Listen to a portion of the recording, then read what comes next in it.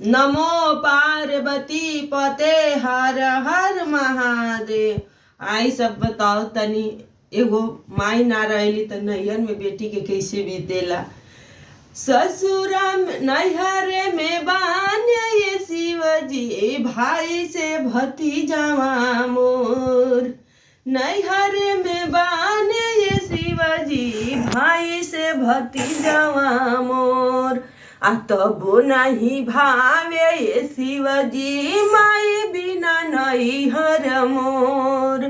आ तबो नहीं भावे ये शिवजी, माई बिना नैहर मोर। भौजी का बोलिया ये शिवजी, करे जावा में लागे मोर।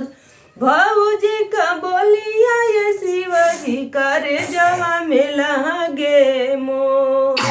अमाही के मुँह लगा ये शिवजी, बहुते बुझाला मोर। अमाही के मुँह लगा ये शिवजी, बहुते बुझाला मोर।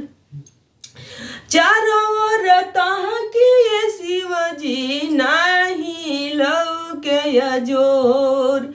चारों ओर ताकी ये शिवजी, लौके खाली अन्हार। अमाही के मुँह लगा ये शिवजी, दिलवा में लागे मोर।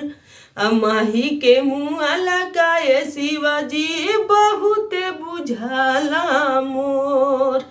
दुख के करनवा ये शिवजी, चरनिया धइनी तुहार।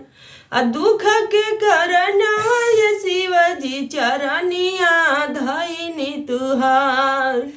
झर झर बहे ये शिवजी, नैन से लोरवा मोर। झर झर बहे ये शिवजी, नैन से लोरवा मोर। हर हर महादेव। जय महादेव, जय शंकर भोले बाबा, जय गौरा माई। रक्षा करिए जय माँ शेरा वाली का।